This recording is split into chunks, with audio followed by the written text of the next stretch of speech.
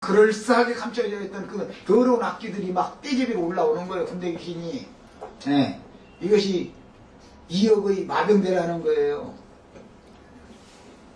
그런데 그들이 어떻게 생각하냐. 마병대에서는 2만만 16절 봅니다. 내가 그들의 수를 들었노라. 이같이 이상한 가운데 여기 2만만 이역이라는 것은 악한 이 세상 영원히 저주받고 심판받을 마귀의 증거자들이라는 거잖아요. 언제나 그 증인의 수는 2예요. 그런데 이 여기니까는 뭐 수도 없는 사단의 그 증인들이 나타난다라는 것이잖아요. 세상 끝에는. 네, 그런 말이에요. 이같이 이상한 가운데 그 말들과 그 탄자들을 보니, 말들과 말탄자들이 애고방 바로와 바로의 군대들이었었죠. 그 군대 귀신이 마태복음에 또 한 번 나오죠. 산에서 먹고 있는 돼지떼에게 군대 귀신이 들어갔죠. 두 무덤 사이에서 달마다 자기 몸을 상해가면서 외치고 쉬지도 않고 떠드는 사람이 있는데 그 입에서 군대 귀신이 나오더라는 거예요. 두 무덤 사이에서 날마다 쉬지도 않고 자기 몸을 상해가면서 날마다 그 열심을 품고서 날마다 그들이 외칠 때 뭘 떠들었겠어요. 괜히 세상 미친 사람 됩시다 이러고 떠들었겠어요. 주 예수를 믿으라 그리하면 너와 네 집이 구원을 얻으리라. 이래가면서 떠들지 쉬지도 않고. 예. 두 무덤이라는 게 거의 세상이 큰 무덤이고 기독교 종교 체계라는 게 무덤이란 말이에요. 그래서 다니엘 11장에서 이게 인용하는 말인데 바다와 거룩한 땅 사이에 중간에 큰 창밖 궁전을 쳐놓고 거기 앉아가지고서 왕노릇 한다는 거예요. 그들이 지금 세상과 거룩한 땅 사이에 그들이 장박궁전 쳐놓고 거기 안에서 왕노릇 하고 있잖아요. 그 하나님이 볼 때는 바다와 그 돼지떼가 먹고 있는 산에서 돼지치는 자들이라는 하는 짓거리가 다 뭐냐면 두 무덤 사이에서 날마다 외치고 있는 자들이에요. 그 열심이 보통이 아니에요. 쉬지도 않고 외치니까 저거가. 그런데 입만 벌려서 소리를 내기만 하면 거기서 악한 군대 귀신이 막 몰려 나오는 거예요. 지금은 선한 천사가 나오는 것처럼 선한 천사의 영이 역사되는 것처럼 위장을 하는 그런 말을 할 수가 있지만 세상 끝이 되면 그 뱃속에 들어있는 저주와 악독이 막 품어져 나오는 거예요. 다 그 귀신, 그 사람들 속에는 그 귀신만 들어있으니까 사실은 다 위장하고 있는 거지, 지금은. 네. 자기네들이 육신이 원함이 자기네들이 요구하는 것만큼 그런 방식으로 이루어지지 않으면은 그 사람들은 독을 품고 하늘의 하나님을 향하여 해방하고 대적하는 말을 막 쏟아내게 돼 있는 거예요. 네. 이런 걸 성경이 지금 뭔 말하는지를 잘 이해를 하셔야 되겠어요. 자, 그런데 그 탄자들을 보니 불빛과 자줏빛과 유황빛, 흉과빛 등등 빛의 천사를 가장해서 나타나는 거예요. 전부 이렇게.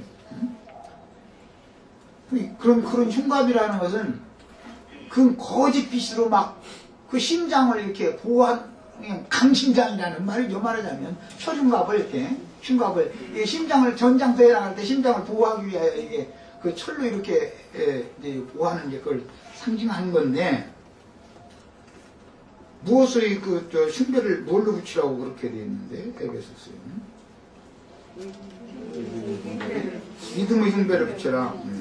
그럼 이 사람들이 믿음이 말하자면 불빛과 자줏빛과 유황빛으로 그런 거짓빛의 믿음이다라는 말이잖아요. 말하자면 흉갑이 있고 그 말들의 머리는 사자머리 같고 그 입에서는 불과 연기와 유황이 나오더라 그랬어요.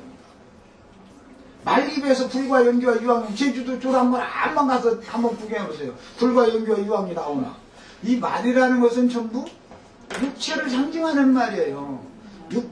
육으로 하나님을 열심히 섬긴다고 하는 하나님의 종들인 것처럼 하지만 사실은 이 세상 인은 바로를 태우고 다니는 바로 준마들이란 말이에요. 이게 다 바로 마병대들이란 말이에요. 이런 사람들 입에서 이게 나오는 거예요. 때가 되면 이런 이야기예요. 성경이 기록이라는 것은 아주 일관된 겁니다. 기왕 얘기가 나왔으니까 계시록 14장부터 보시죠. 9절로 11절 보겠습니다.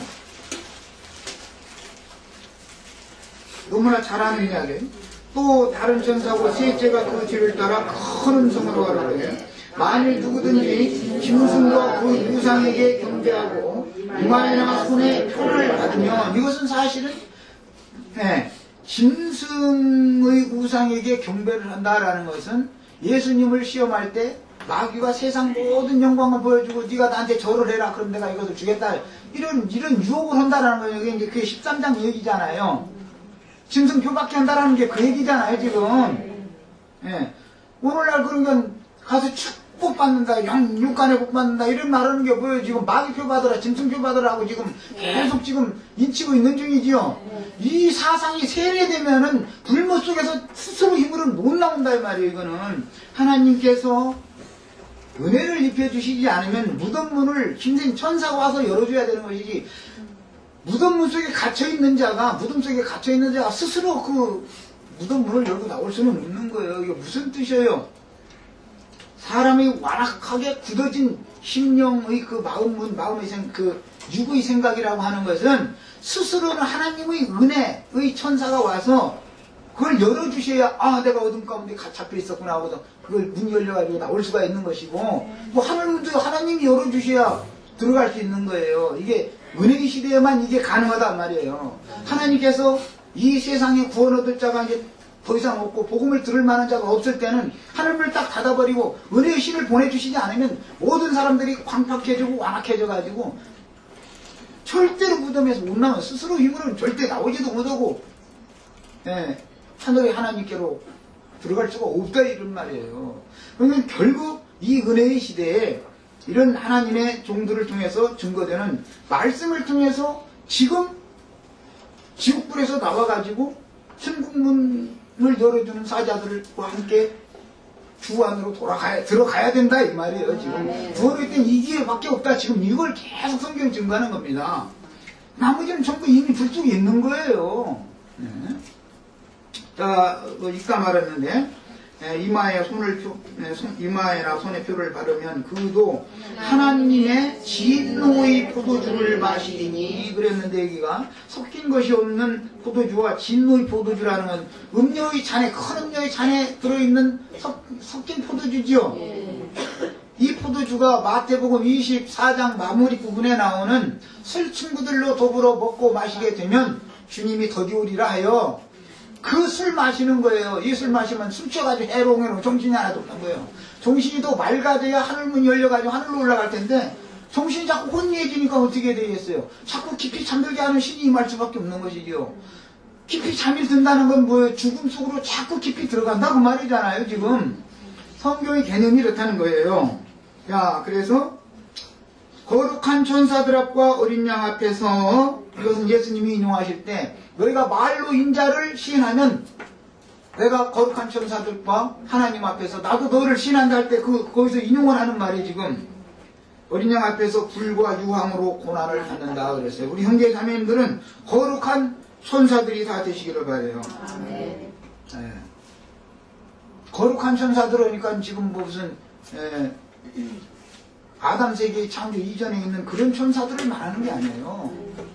형제 자매님들이 부활의 아들이요 하나님의 아들들이 다 되면 하늘 천사들과 동등이 될 뿐 아니라 오히려 그 권위에 있어서 더 큰 권위를 부여받는 거예요. 이 땅에 욕심을 짓고 사는 동안 많은 불시험을 거치면서 마음이 연단을 받아서 그 마음이 온전케 되어진, 그 영혼이 온전케 되어진 그런 영혼들은 오는 세상에서는 천사들도 판단할 수 있는 권리가 주어지고, 하나님이 지금 부르시는 그런 천사들이 형제 자매님들을 수종도는 종들이 된다는 것을 꼭 이거 깨닫고 계셔야 돼요. 이게 하나님의 이게 경륜입니다. 이게.